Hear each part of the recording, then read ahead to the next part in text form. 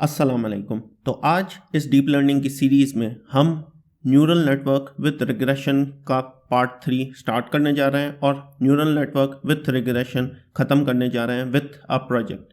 हम एक कोई भी डेटा सेट उठाएंगे और उस पर कंप्लीट इम्प्लीमेंटेशन करेंगे कि न्यूरल नेटवर्क कैसे इम्प्लीमेंट करनी है, उस पर प्री प्रोसेसिंग कौन कौन सी लग सकती है और आखिर में मॉडल को सेव कैसे करना है ताकि हम उसे अपने दूसरे प्रोजेक्ट्स में भी या जो हमारी बेस्ट ट्रेंड मॉडल है उसे सेव करके रखें ताकि हम उसे बाद में भी यूज़ करें। तो विदाउट अ फर्दर डू हम स्टार्ट करते हैं। तो हमारे जो बेसिक स्टेप्स होते हैं वो हमने पहले ही कर लिए हैं। यहाँ पे हमें एक दूसरा टैब खोलना है और वहाँ पे हमें medical cost data set Kaggle से ढूंढना है और उसको पहले अपनी डायरेक्टरी में रखना है, या एक ट्रिक है गिटहब से आप डायरेक्टली उसे एक्सेस कर सकते हो, तो हम वो भी कर सकते हैं। तो हम वही ट्रिक ट्राई करते हैं। यहाँ पे उसकी हमारे पास लिंक है, यहाँ से हमने लिंक में आ गए। यहाँ पे हमें इंश्योरेंस वाला डेटा चाहिए कि मेडिकल इंश्योरेंस का कितना खर्चा होता है विद रिस्पेक्ट टू एज। हम यहाँ पे रॉ पे क्लिक करेंगे गिटहब में आके, तो यहाँ पे ये हमारे पास रॉ फॉर्म में आ जाएगा और यहाँ पे ये लिंक हमें कॉपी करनी है और फिर यहाँ पे हमें क्या करना है, इंपोर्ट पांडाज एज पीडी। अगर CSV फाइल या कोई भी दूसरी फाइल हमें रीड करनी होती है या हमें ऐसी कोई फाइल सेव करनी होती है तो हम इसकी हेल्प लेते हैं, पांडाज लाइब्रेरी की, टेंसरफ्लो STF। ठीक है, ये हमारे पास हो चुका। उसके बाद हम क्या करेंगे, DF इजिकल्स टू DF का फुल फॉर्म है data frame read underscore CSV, और यहाँ पे हम डबल कोटेशंस के अंदर ये लिंक दे देंगे रॉ डेटा की, और यहाँ पे df.head। अब df.head का काम क्या होता है, df.head क्या करेगा, पहली जो 5 रोज़ होंगी ना डेटा की वो हम मिला के दे देगा। उसके बाद हम क्या करेंगे, उसके बाद हम देखेंगे कि डिपेंडेंट और इंडिपेंडेंट वेरिएबल्स हमारे पास कौन कौन से हैं और उनको स्प्लिट अप करेंगे। तो डिपेंडेंट और इंडिपेंडेंट वेरिएबल्स के लिए हमारे पास क्या है, हम x और y को क्रिएट करते हैं। x इजिकल्स टू, जब डेटा हमें दिख जाएगा ये रन होने के बाद तो ही हम फर्दर कोई स्टेप कर सकते हैं। लेट्स सी, पहली हमारा कोड सेल रन हो चुका है, सेकंड पता नहीं क्यों इतना टाइम लगा रहा है। लेट्स सी, ये हमारे पास आ गए हैं। अब यहाँ पे ये क्या बता रहा है, इसमें एज का कॉलम है, सेक्स का कॉलम है जिसमें वो आपको अपना जेंडर बता रहे हैं, BMI आपके पास एक कॉलम है, उसके बाद चिल्ड्रन का एक कॉलम है, स्मोकर है बंदा या नहीं है, रीजन कौन से बिलोंग करता है और चार्जेस क्या हैं। लेट्स सी कि यहाँ पे ये जो BMI है इसका मतलब क्या है। हम यहाँ पे directly medical cost data set पे आते हैं और यहाँ पे पहले हम BMI का फुल फॉर्म देखते हैं और फिर हम फर्दर कंटिन्यू करते हैं। ऐसे BMI है body mass index, providing an understanding of body weights के अंडरस्टैंडिंग के लिए हम BMI को देखते हैं। अब हम क्या करते हैं, हमारे पास इंडिपेंडेंट जो वेरिएबल है वो है चार्जेस, और जो डिपेंडेंट वेरिएबल्स हैं मतलब मैंने एक्सचेंज कर दिया। इंडिपेंडेंट वेरिएबल्स हैं age, sex, BMI, children, smoker, region, और बाकी जो हमारे पास लास्ट अपना कॉलम है चार्जेस वो हमारा डिपेंडेंट है। तो हम क्या करेंगे, एक्स में सिर्फ इंडिपेंडेंट को रखना है, तो हम क्या करेंगे, df.drop कमांड होती है उसके थ्रू भी हम कर सकते हैं, वरना मैं most of the time iloc use करता हूँ। iloc का काम क्या होता है, पहले आप रोज सेलेक्ट करें फर्स्ट में, मतलब कॉलन का मतलब ऑल, और उसके बाद वहाँ पे कॉलन -1 मतलब लास्ट रो को छोड़कर बाकी सब सेलेक्ट कर लें। ठीक है, उसके बाद df.iloc y के लिए हम क्या सेलेक्ट करेंगे, y के लिए हमें सिर्फ आखिरी वाली रो चाहिए, वो हम डायरेक्टली ऐसे -1 करके सिलेक्ट कर सकते हैं। अब अगर आपको शेप देखनी है x और y की तो आप ऐसे करके रन करके देख सकते हैं। ठीक है, ये हमारे पास आ चुके हैं।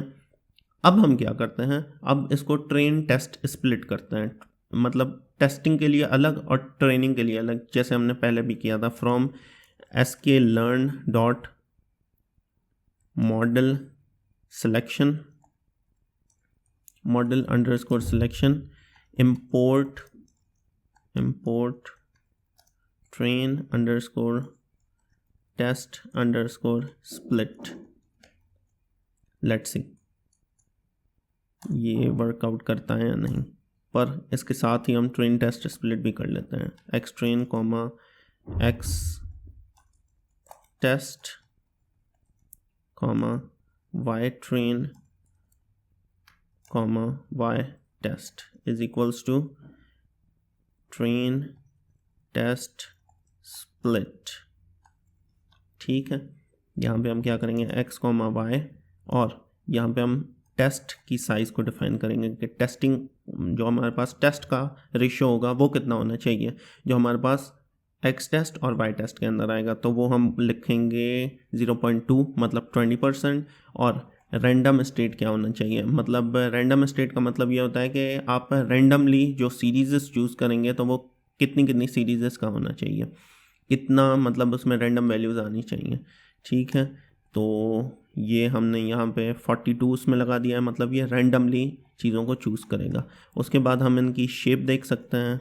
ठीक है, यहाँ पे एक्स टेस्ट की भी शेप देख लेते हैं, और ऐसे ही हम वाई की भी शेप देख सकते हैं। तो अगर आप देखेंगे हम एक्स की भी शेप देख लेते हैं। Let's see x dot shape let's see now क्या होता है।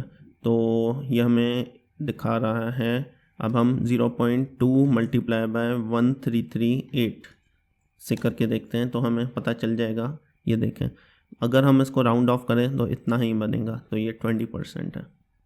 हमारा स्प्लिट इसके बेसिस पे हुआ है। अब हम क्या करते हैं, अब अगर आप देखो तो हमारी जो वैल्यूज़ है ना वो स्टैंडर्डाइज नहीं है, कैटेगोरिकल वैल्यूज़ भी आ रही हैं। और रिग्रेशन पे जब भी हम काम करते हैं या जो इनपुट वेरिएबल्स होते हैं वो हमेशा किस में होने चाहिए, न्यूमेरिकल में। वो अलग बात है कि आउटपुट हमारा क्लासीफाई भी हो सकता है, तो वो क्लासिफिकेशन की प्रॉब्लम होती है। अभी हम रिग्रेशन की बात कर रहे हैं, तो अब हम क्या करेंगे, इन पे लेबल इनकोडिंग करेंगे, लेबल इनकोडिंग। ठीक है, बट लेबल इनकोडिंग हमें पहले करनी थी, स्प्लिट से भी पहले हमें लेबल इनकोडिंग करनी थी। तो हम पहले लेबल इनकोडिंग यहाँ पे कर लेते हैं। Label encoding yes, from sklearn dot pre processing. ये जो लाइब्रेरीज़ हैं ये इस वजह से मुझे याद है क्योंकि I have practised a lot. आप भी जैसे जैसे प्रैक्टिस करते जाएंगे तो आपको भी ये ऑटोमेटिकली याद हो जाएंगी। sklearn डॉट प्री प्रोसेसिंग, उसके बाद हमारे पास क्या आ जाएगा, लेबल इनकोडर यस। उसके बाद हम क्या करेंगे, LE is equals to label encoder, ताकि बार बार हमें पूरा लेबल इनकोडर फंक्शन ना लिखना पड़े। उसके बाद हम क्या करेंगे, हमारे पास फर्स्ट कॉलम हमारा जेंडर वाला सेक्स आ गया। उसके बाद LE dot fit underscore transform. ठीक है, यहाँ पे हम क्या करेंगे, DF, और उसके अंदर भी इसी कॉलम को डिफ़ाइन कर देंगे। ऐसे ही हम इसको कॉपी करके यहाँ पे 2 बार पेस्ट कर देंगे। और यहाँ पे हमारे पास दूसरे कौन से कॉलम्स हैं, स्मोकर और रीजन। यहाँ पे भी हमें सेम ही लिखना पड़ेगा, स्मोकर और रीजन। लेट्स सी अब क्या होता है। ये हमारा हो चुका है। अब हम इसे स्प्लिट करते हैं तो हमारे पास न्यूमेरिकल वैल्यूज़ आ जाएंगी, आप देख सकते हैं। और आप ये भी अंदाज़ा लगा सकते हैं कि इंटेंशनली था या अनइंटेंशनली, आपको दिखाने के लिए मैंने किया था या मुझसे गलती हो गई थी। तो ये हमने देख लिया यहाँ पे। अब हम क्या करते हैं, अब मोस्ट ऑफ द टाइम जब हम प्रोजेक्ट्स पे काम करते हैं तो वहाँ पे मसला हमारे पास ये आता है, स्टैंडर्डाइजेशन नहीं होती। अब कुछ वैल्यूज़ जो हैं वो 0 और 3 5 तक होंगी, ज़्यादा है ज़्यादा चिल्ड्रन का नंबर, या 4 तक होगा। ठीक है, अगर उसे हमें देखना है तो फिर हमें एक और भी लाइब्रेरी यहाँ से इंपोर्ट करनी पड़ेगी, इंपोर्ट matplotlib.pyplot एज plt, क्योंकि विजुअलाइजेशन से हमें ज़्यादा समझ आता है रैदर दैन एनीथिंग एल्स। तो हम पकड़ते हैं df.children। ठीक है, यहाँ पे सिंगल कोटेशन आ जाएगी क्योंकि हम कॉलम को सिलेक्ट कर रहे हैं, बड़ी ब्रैकेट्स भी इसीलिए ही हमने लगाई हैं। उसके बाद यहाँ पे प्लॉट आ जाएगा, plot kind is equals to hist.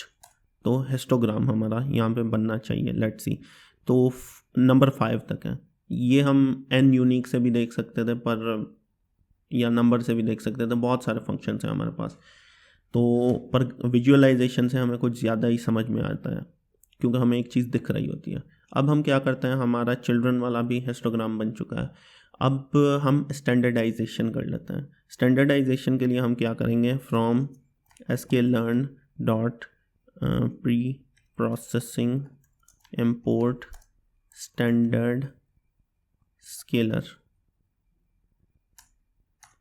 हो सकता है यहाँ पे कोई मिस्टेक हुई हो मुझसे, लेट्स सी, रन करते हैं इसे। तो ये बोल रहा है हमें कि can not import standard scaler from here. अच्छा, तो आई थिंक सो यहाँ पे हमने कोई मिस्टेक की है। स्टैंडर्ड और स्केलर ऐसे करके लिख लेते हैं। ये हमें ऑप्शन दे रहा था, ये आ गया हमारे पास। अच्छा, तो मैंने यहाँ पे एक ही मिस्टेक कर दी थी, तो ऐसे भी होता है समटाइम्स। अब हम क्या करेंगे, S S is equals to standard scaler, और स्टैंडर्ड स्केलर का हम क्या करेंगे, X train comma X test is equals to, और यहाँ पे भी is equals to X S S dot fit underscore transform, और वहाँ पे हम एक्स ट्रेन को लगा देंगे। क्यों? क्योंकि ये पूरे डेटा को एक एरे में कन्वर्ट कर देता है, तो इसीलिए प्रेफर यही किया जाता है कि आप स्प्लिट वगैरह हर एक चीज़ कर लें, उसके बाद इसको फिट और ट्रांसफॉर्म करें with respect to standard scaler, या मिन मैक्स भी हम यूज़ कर सकते हैं। स्टैंडर्ड स्केलर का काम क्या होता है, स्टैंडर्ड स्केलर का काम ये होता है कि वो स्टैंडर्डाइज कर देता है चीज़ों को, मतलब 0 और 1 के बीच में आ जाएंगी, एक रेंज होगी, स्पेसिफिक रेंज होगी, उसके ही अंदर सारी वैल्यूज़ होंगी। तो ये बहुत अच्छी है चीज़।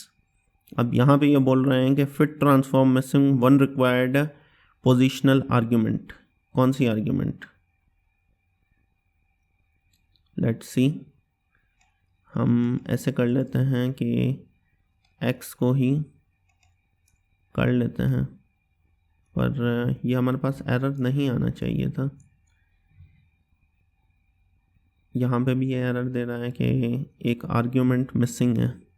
वो कौन सी आर्ग्यूमेंट है, let's see, x train comma x train, let's see, standard scaler हमारे पास आ चुका है, फिर ट्रांसफॉर्म हम लगा रहे हैं।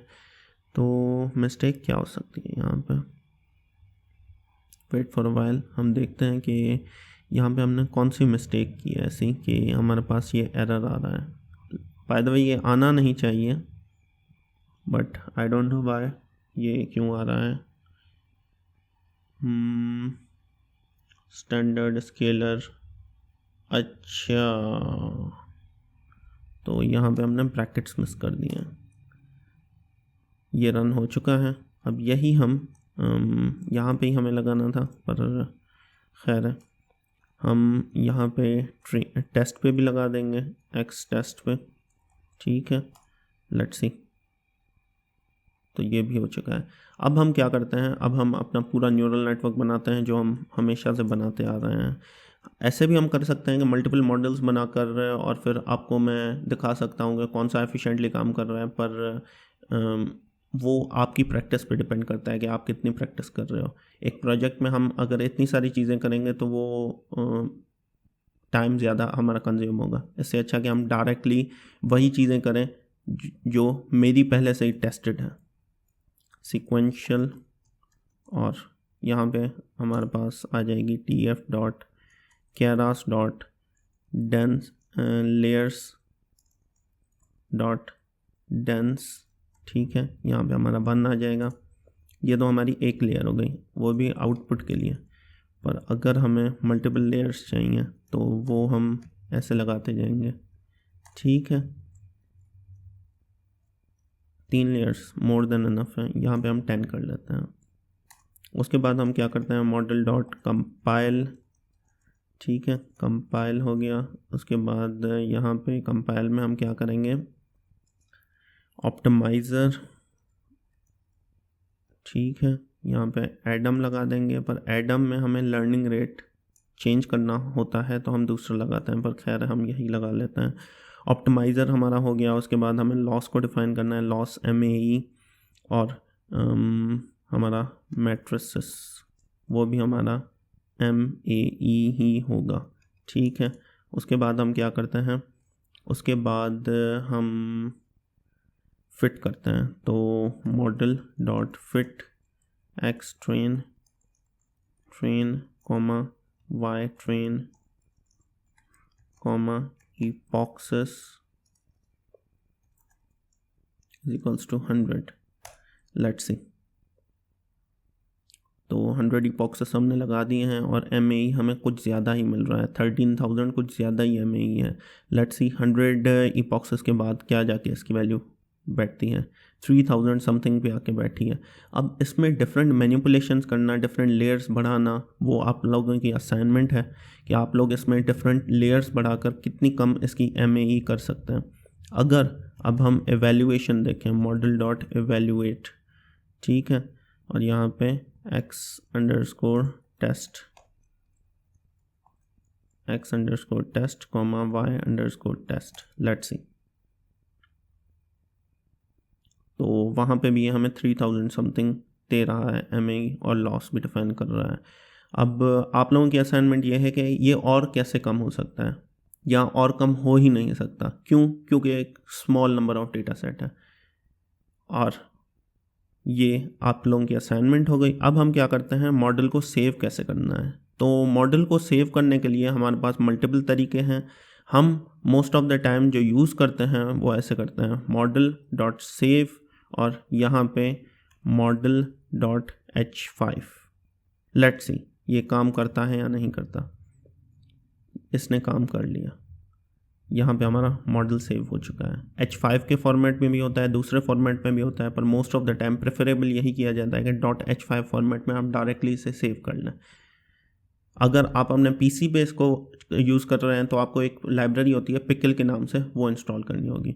और इसको अगर लोड भी करना होता है तो model dot load, I think so, हमारे पास होता है कमांड, उसके थ्रू ये हमारे पास लोड भी हो जाता है. और अगर हमें अपने पीसी में सेव करना है तो यहाँ से आप करके इसे डाउनलोड भी कर सकते हैं. So that was it for today guys. हम इंशाल्लाह मिलेंगे अगली वीडियो में. तब तक के लिए आपको रिग्रेशन की प्रॉब्लम्स पर ग्रिप करनी है और हम नेक्स्ट क्लास से क्लासिफिकेशन की प्रॉब्लम्स से स्टार्ट करेंगे. तो मिलते हैं अगली वीडियो में. तब तक के लिए अल्लाह हाफ़िज़.